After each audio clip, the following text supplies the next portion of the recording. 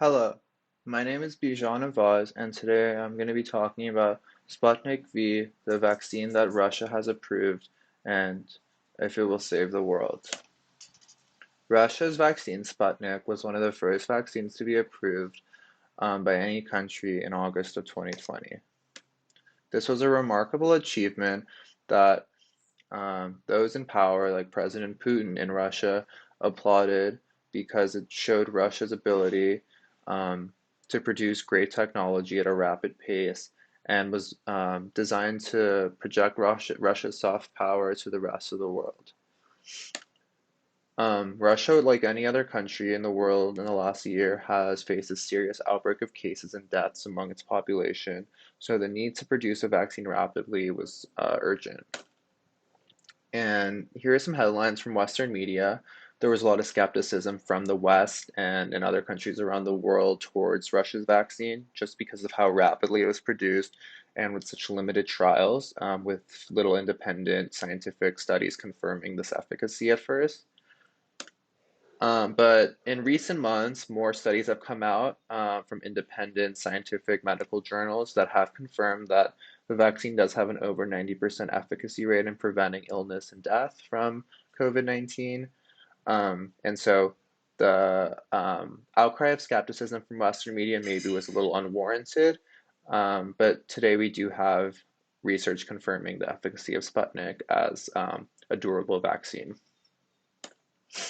And so Sputnik is a key player in what's known today as vaccine diplomacy.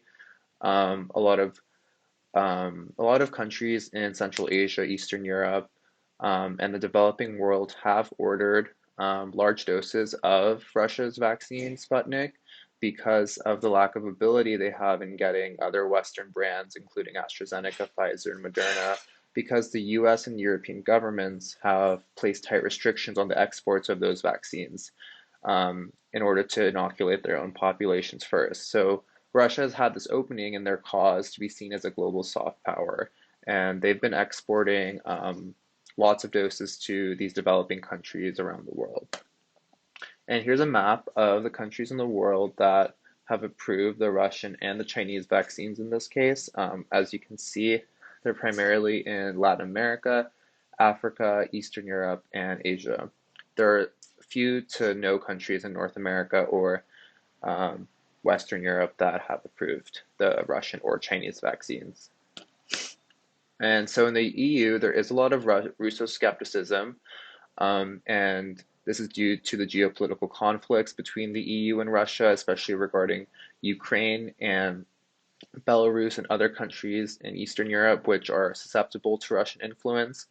Um, and despite the sluggish pace of the EU's vaccine campaign due to supply constraints from the Western brands like Pfizer and Moderna, the EU has yet to approve the Russian vaccine due to skepticism among its citizens of the vaccine's efficacy and of a need to push back against Russian influences within the EU.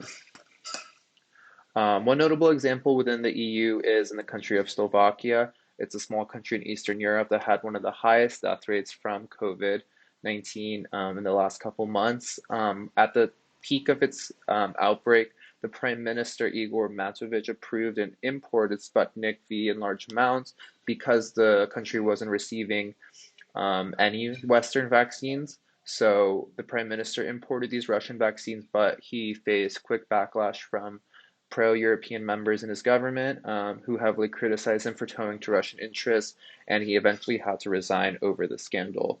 The scandal shows the limits and the potential side effects of Russian vaccine diplomacy and demonstrates how vaccines are now the focal point in geopolitics at the moment. Thank you, and here are my works cited.